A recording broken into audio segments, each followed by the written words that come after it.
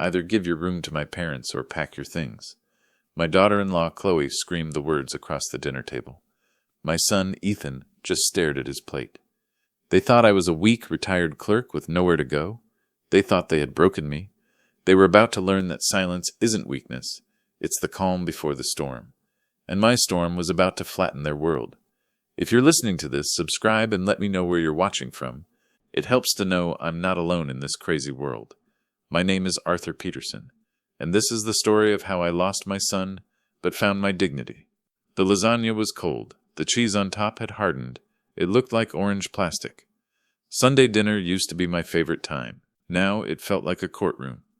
The air in the dining room was thick, heavy, hard to breathe. I knew something was wrong the moment I sat down. The tension was a physical weight on my shoulders. I looked at my son, Ethan, 32 years old. He wouldn't meet my eyes. He just stared at his plate, cutting his food into tiny, precise pieces. A nervous habit he'd had since he was a boy. He knew what was coming, and he was terrified. Not of me, of her.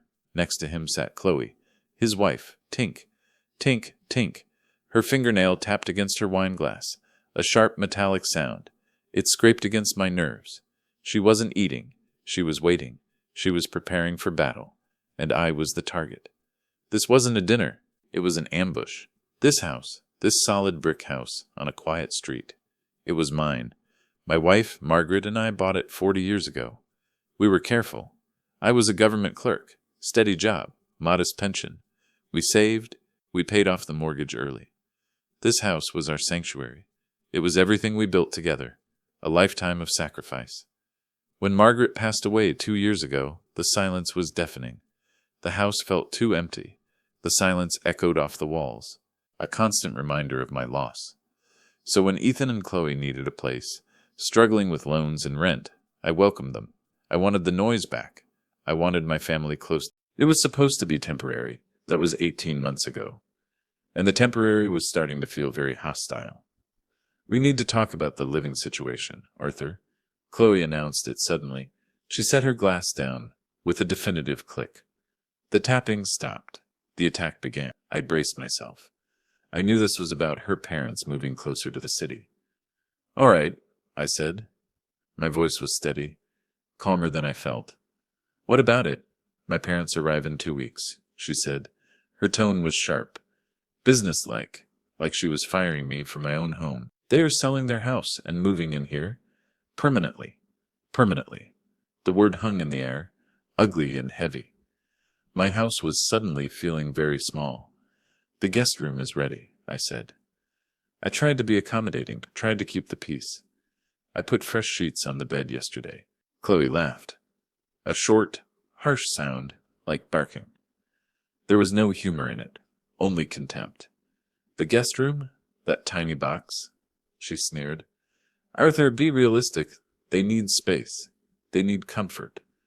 She paused. I felt a cold dread creeping up my spine.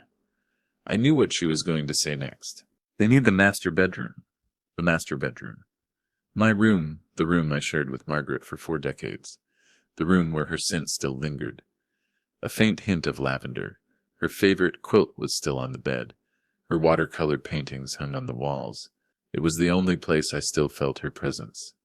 It wasn't just a room. It was my sanctuary, and she wanted to take it. Chloe, I started. I tried to appeal to her decency. Surely she understood.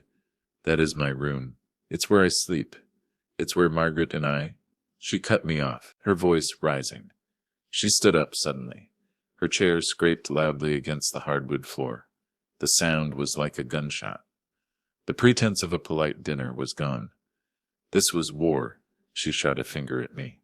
Her hand was shaking with anger. Her face twisted with a rage that seemed entirely out of proportion. It's where you hoard space, she yelled. You're one person, Arthur. You don't need a master bedroom with an attached bathroom. Her voice dripped with resentment. My parents are 2 people. My father has a bad knee. He needs that bathroom. He needs the convenience. Every word was a slap, a dismissal of my existence, my history. I live here too, I said.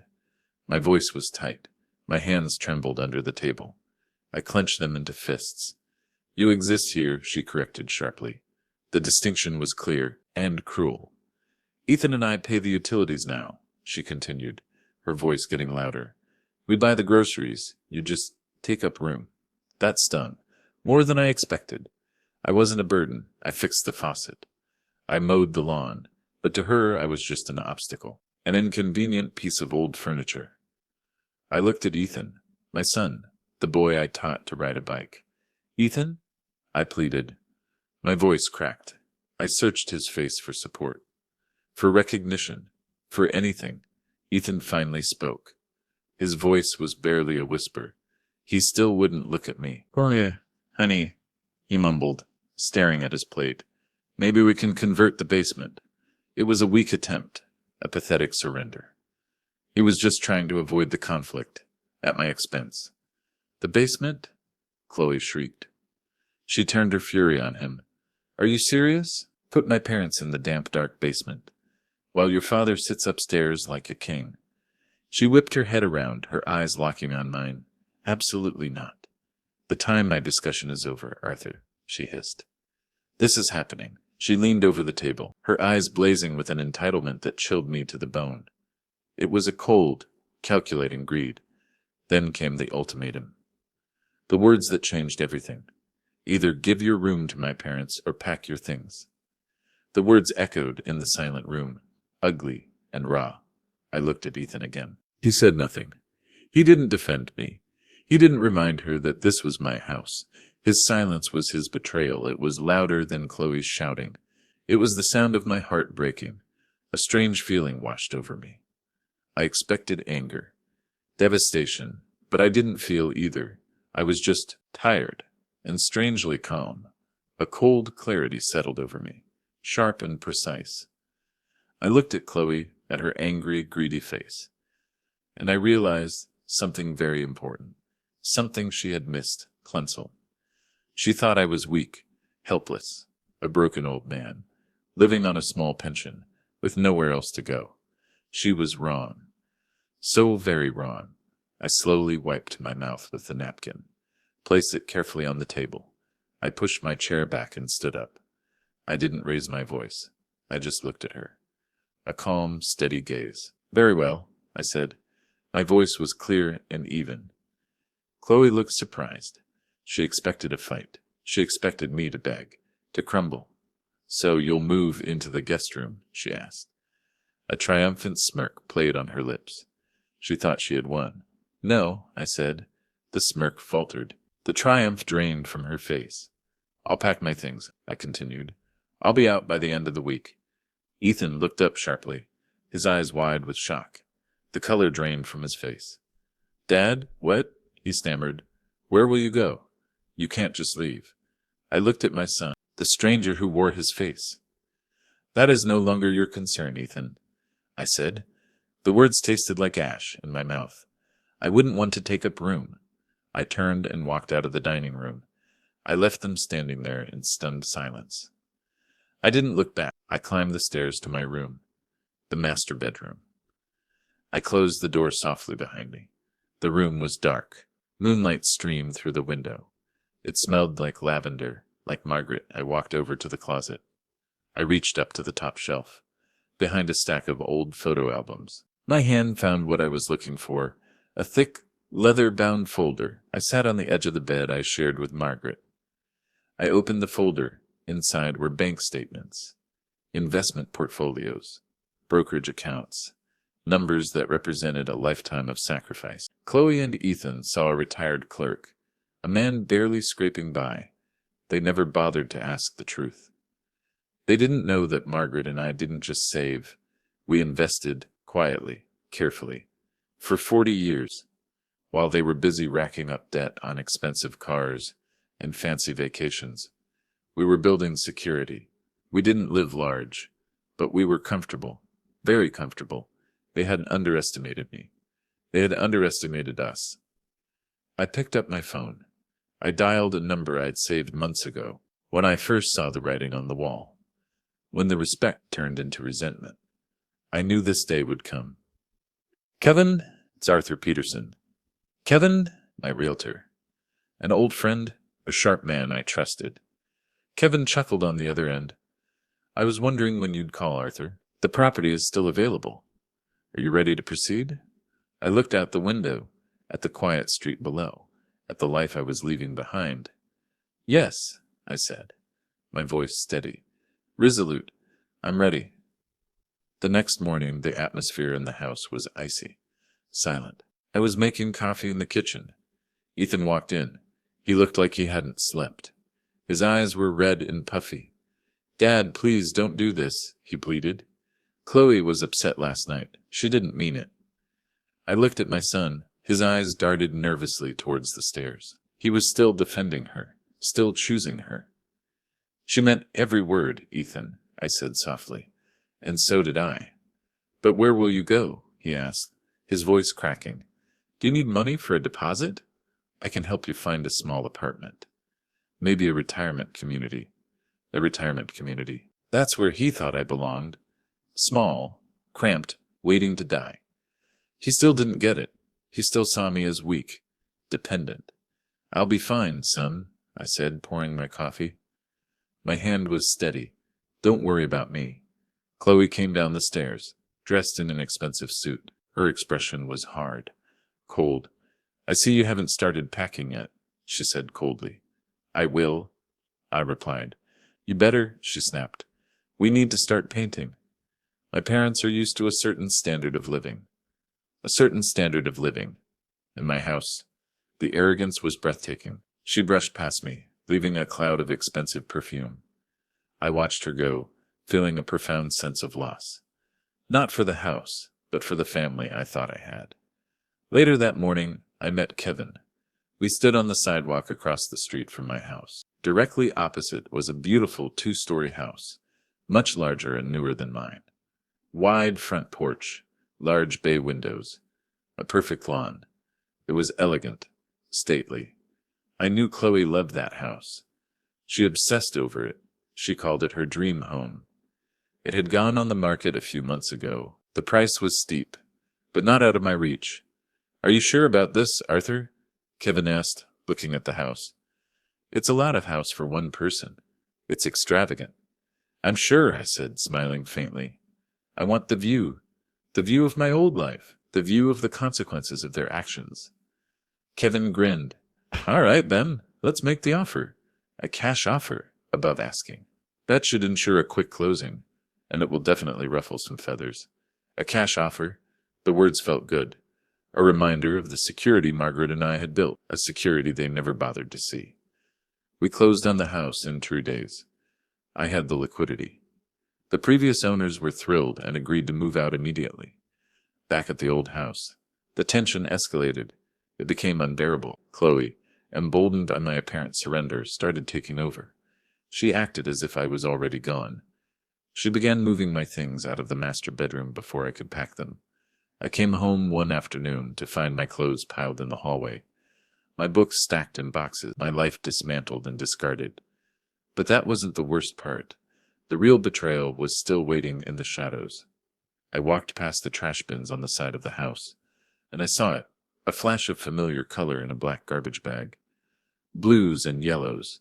My blood ran cold. My heart stopped. I reached in and pulled it out. Margaret's favorite quilt, the one she handmade for our wedding. 40 years of memories. Stuffed into a garbage bag, ready to be thrown out with the trash. A cold fury washed over me. A rage so intense it stole my breath. My hands shook.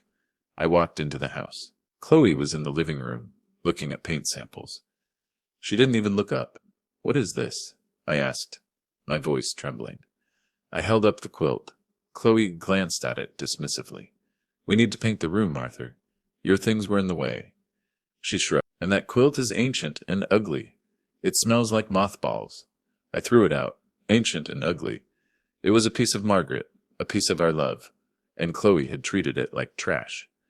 I looked at her cold indifference, and I knew that I had made the right decision. There was no humanity left in her, only greed. That night, I lay awake in the small guest room. The room felt suffocating. They didn't just want the room, they wanted to erase me. They wanted to erase Margaret. I overheard them talking in the living room. They didn't care if I heard. Chloe was complaining about my house. This place needs so much work, Ethan, she whined. Your father let it fall apart. The kitchen is ancient. It's going to cost a fortune. We'll manage, honey, Ethan said soothingly. His voice was tired, defeated. We can take out a loan. The entitlement was staggering. If this story has your heart racing, make sure to hit the like button and subscribe. Every click helps us keep uncovering stories that deserve to be heard. The next day, I hired movers. A professional crew, the best in the city. Expensive, efficient. I met the lead mover, a respectful man named David. Mr. Peterson, he said, shaking my hand. We'll take good care of your belongings. Respect. I hadn't felt that in a long time. While the movers were packing, I noticed Chloe staring out the window, a frown on her face. Her eyes narrowed with curiosity and jealousy. There was activity across the street, at my new house. A cleaning crew was going in and out. A delivery truck arrived, unloading high-end furniture, expensive sofas, elegant tables. I wonder who bought the place, she muttered. Jealousy dripped from her voice. They must be loaded. Look at that sofa. I bet it costs more than our car. I just smiled. Slow, secret smile. Intended supervising the packing. The surprise was going to be delicious. The final night in the old house was bittersweet. The house was half empty, echoing with the sounds of the past. I walked through the rooms, the echoes of Margaret's laughter filling the silence. I stood in the master bedroom. The walls were freshly painted, a sterile white. They had erased every trace of us, but they couldn't erase the memories in my heart. I looked out the window one last time at the beautiful house across the street. My new home. We did it, Margaret, I whispered, touching the glass. We're going to be okay. The next morning, the moving truck arrived early. A large professional truck, gleaming in the morning sun. Chloe and Ethan came out onto the porch, coffee mugs in hand, their eyes wide with surprise. They expected a small rental truck, a sad little procession. They didn't expect this. Wow, Dad, Ethan said, looking at the truck. He seemed confused. This must be expensive. Are you sure you can afford it? I managed, I said, signing the paperwork. David handed me. The crew started loading the truck. Efficiently. Quickly. My furniture. Margaret's piano. Her paintings. Everything that mattered. Chloe watched them, a deep frown on her face. She seemed uneasy, suspicious. Perhaps she was finally realizing that something didn't add up, that the old frugal clerk wasn't as poor as he seemed. When the truck was loaded, David came up to me. All right, Mr. Peterson, we're ready to go. What's the address? Chloe stepped forward, her curiosity overriding her caution. Yes, where are you going, Arthur? She asked, her voice dripping with false sweetness. Which wretched home did you choose? We want to make sure you get settled in. This was it, the moment I had been waiting for. I smiled, a smile that reached my eyes. I pointed across the street, at the beautiful two-story house with the bay windows. The house Chloe coveted. Right there, I said. Chloe and Ethan stared at me, their mouths open, their faces pale. They looked at the house, then back at me, then at the moving truck. The silence was absolute, deafening. What?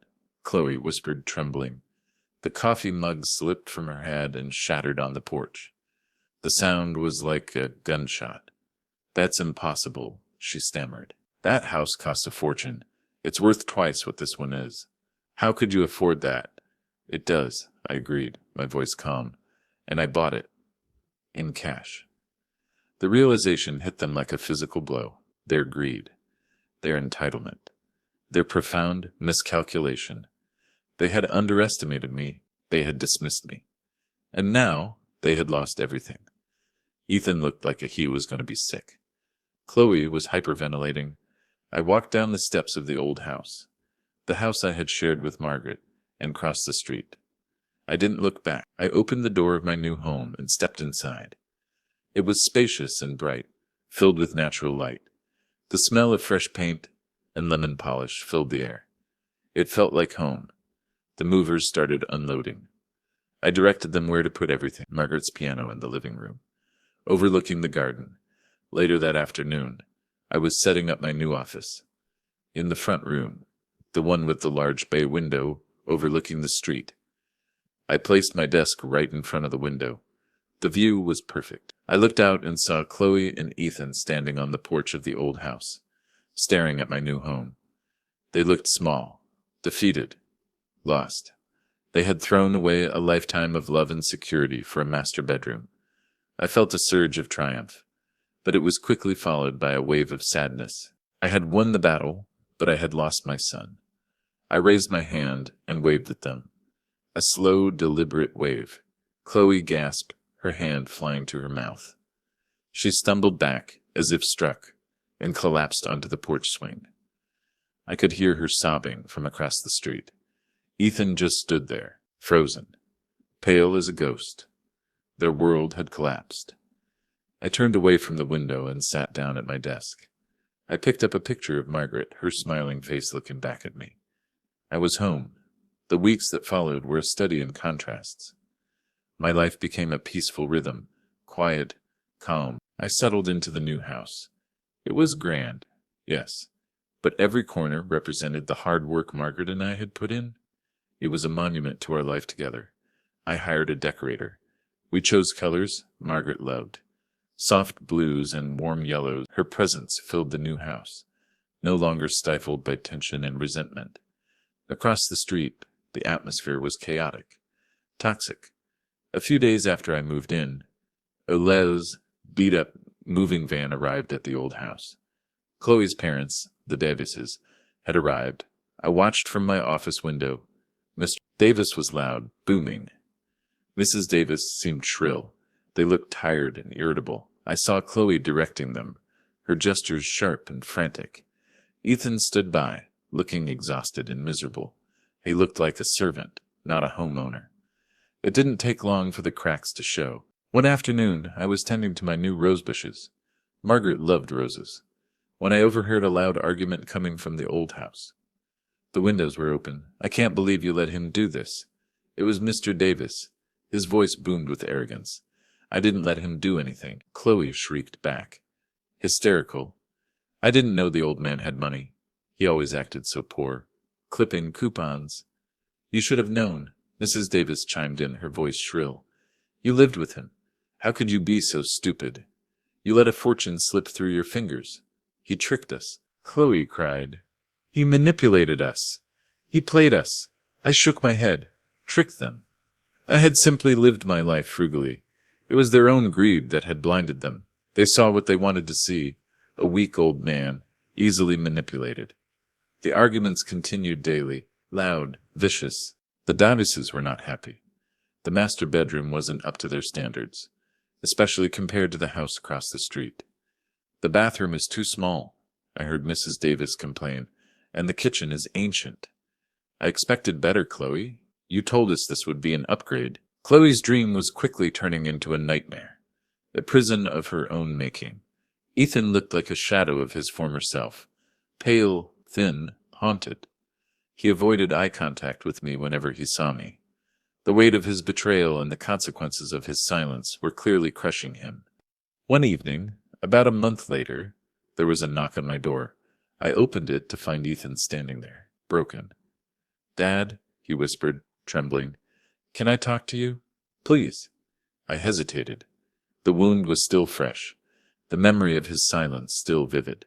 But he was my son. I stepped back and opened the door. "Come in, Ethan." He stepped inside, his eyes wide with amazement at the house. The contrast was impossible to ignore. "Wow," he muttered. "This is incredible." "Dad, I had no idea. You never asked," I said softly. I led him into the living room. They sat down on the plush sofa, looking uncomfortable. "Out of place. What do you want, Ethan?" I asked, keeping my voice neutral. I wasn't going to make this easy for him. He buried his face in his hands. His shoulders shook. He started to cry. "I messed up, Dad," he whispered, choked with emotion. "I messed up so badly. I'm so sorry." I waited in silence. I let him feel the weight of his guilt. "I should have stood up for you," he continued, tears streaming down his face. "That was your home, your room. But I was weak. I was scared of losing her. And now? I asked, gesturing towards the window. He shook his head miserably. Now I think I'm losing myself. It's a nightmare over there. Dad, a living hell. He looked up, his eyes filled with despair. Chloe's parents are horrible. They treat us like servants. And Chloe? She's furious. She blames me for not knowing about your money. She blames you? I asked, raising an eyebrow. She says if we had known, we could have handled things differently, he whispered, ashamed. We could have convinced you to buy us a bigger house, or finance our lifestyle. We could have played the long game. The audacity was staggering. Even now, they still thought they were entitled to my money, my life. They hadn't learned anything. They didn't regret their cruelty, only their miscalculation. Ethan, I said, my voice firm, my money is not the issue. The issue is respect. The issue is dignity. The issue is how you treated me. I stood up. You treated me like a burden. You were willing to throw me out of my own home. I know, Dad, he cried. I regret it every single day. I miss you. He broke down, sobbing. My heart ached. This was my son, but he had broken my trust. I want to make things right, Dad, he pleaded. I looked at him for a long moment. I saw the regret, but I also saw the weakness. I don't know if things can be made right, Ethan. You broke something fundamental. You chose them over me. You chose their comfort over my dignity. And now you have to live with the consequences. I walked to the door. I think you should go now, Ethan. He walked out of the house, defeated. I watched him cross the street and enter the old house, the prison he built. The months passed. The situation across the street deteriorated further. I heard through the neighborhood grapevine that the Davises were demanding expensive renovations. A new kitchen, a new bathroom. They were bleeding Ethan and Chloe dry. The financial strain took its toll. Chloe lost her job. Ethan was working double shifts, but it was never enough. They were drowning in debt, in misery. One afternoon, I saw a for sale sign go up in front of the old house. They were selling it, my house. The house Margaret and I had cherished. I felt a pang of sadness, but I knew it was for the best. The house sold quickly. I watched as the moving truck arrived one last time. Ethan, Chloe, and the Davises loaded their belongings and drove away. They didn't look back. I stood on my porch, feeling a profound sense of closure. The battle was over. A few weeks later, I received a letter from Ethan. He and Chloe were separating. The stress and resentment had finally broken them.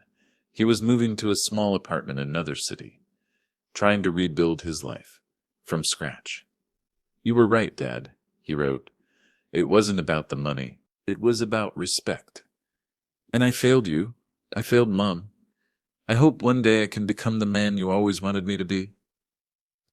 I folded the letter, a single tear rolling down my cheek, a tear of sadness for what was lost, and a tear of hope for what might be regained. The quiet rhythm of my new life became a comforting balm. I joined a gardening club. I volunteered at the library. I was genuinely happy. Kevin and I often played chess in my study. You played this perfectly, Arthur, Kevin said one evening. Checkmate. It wasn't finesse, Kevin, I replied, resetting the board. It was survival. They had me into a corner. About a year later, I received another letter from Ethan. He had found a stable job and was attending therapy. He was starting to understand his weaknesses. He was trying to find his way back to the values we had taught him. But the story wasn't entirely over. Greed often makes a desperate final grasp. One rainy afternoon, there was a knock on my door. I opened it to find Chloe standing there. She looked terrible. The expensive clothes and makeup were gone. She was thin, her hair disheveled, her eyes darting nervously. She looked desperate, haunted. Arthur, she said, her voice hoarse, I need to talk to you. I stared at her, stunned. I felt a surge of anger, followed by a wave of pity. We have nothing to talk about, Chloe, I said, starting to close the door. Please, she begged. I'm in trouble, real trouble. I need your help. I let her in, but kept her standing in the foyer. I didn't want her toxicity in my home. She spun a tale of woe. Her life had spiraled. She couldn't keep a job. Her parents had kicked her out after realizing she couldn't support them. She had accrued significant debt. I need money, Arthur. Please. I'm desperate. How much? I asked, my voice cold. Her eyes lit up, a flicker of the old greed surfacing. $50,000. The audacity was breathtaking. And why, I asked slowly, should I help you? After how you treated me, after how you treated Margaret's memory. Because I'm family, she exclaimed, as if that excused everything. Because Ethan still cares about me. If you help me, we can get back together. We can be a family again. She was using Ethan as leverage. It was a despicable move, but it was very Chloe. She hadn't changed. Wait here, I said. I went into my study and took out my checkbook. I sat at my desk, the picture of Margaret watching over me. I wrote a check, but not for $50,000. I walked back to the foyer and handed it to her. She snatched it, but when she looked at the amount, her face fell. Her jaw dropped. $5,000, she shrieked. This is nothing. This is an insult. I need $50,000. I am not giving you $50,000, Chloe, I said calmly.